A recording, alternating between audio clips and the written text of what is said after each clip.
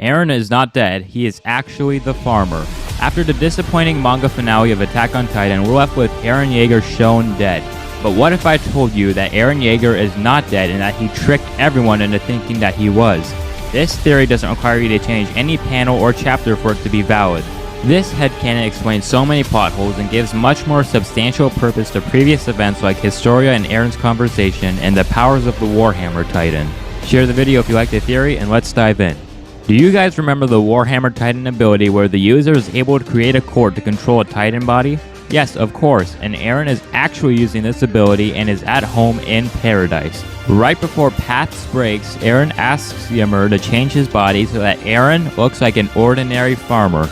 What if Armin killed a clone of Eren, which could have easily been constructed by Ymir? Eren could not tell anyone about this plan, so he tricked everyone into thinking that they killed him and that the body they killed was the real Eren Yeager. This makes excellent sense as Eren needed to be shown dead so the Alliance could be seen as the good guys. This also gives much more importance to the secret conversation that Eren and Historia had, which seemed to be a very important event.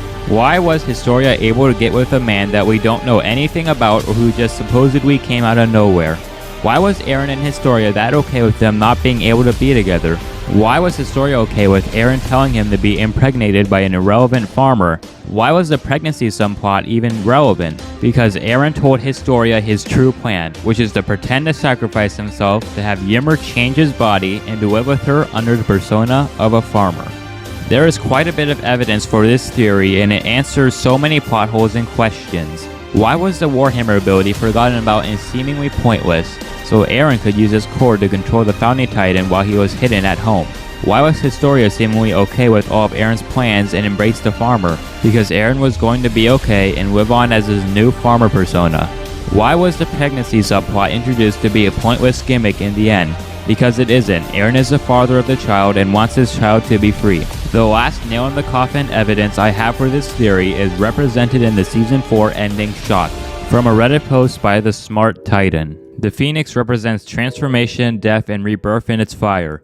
This could be the ultimate way to see Eren and his role in the world. As the one who transcends time, he is alive, dead, and will be reborn in the same time.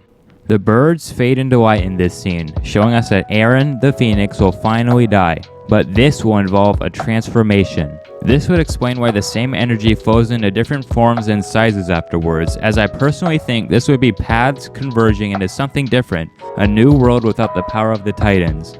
While this happens, the lyrics say, "The proof that I was here is that bones had turned into sand and disappeared." Eren will no longer be alive in the world where everyone is, but the proof will be that the bones of the Titans will finally turn into sand and disappear forever. Later we see that Ymir appears, and with her, the coordinate. But when she fades away, this energy turns into a small ball of energy which Falco grabs with his hand. This orb for me will be the final legacy of mankind. After a history of blood and terror, the past will cease to exist, but it will take a new form. And Falco as a child will be part of the new generation that will leave this cruel past behind and create a better world. Bones are alive even though they turn into sand and disappear. So even if Eren and most of the people in the world have died, they will keep living forever. This phrase could symbolize that there is an afterlife in SNK. This is supported by Zeke and Ymir reaching paths when they almost died, and explain also why Hange was able to meet once again with the Survey Corps when she died, and could help us understand the vision of Erwin about his fallen soldiers. People who push themselves into hell see a different hell from the rest of us. They also see something beyond that hell. Maybe it's hope, maybe it's another hell. I don't know which it is. The only people who do know are the ones who keep moving forward.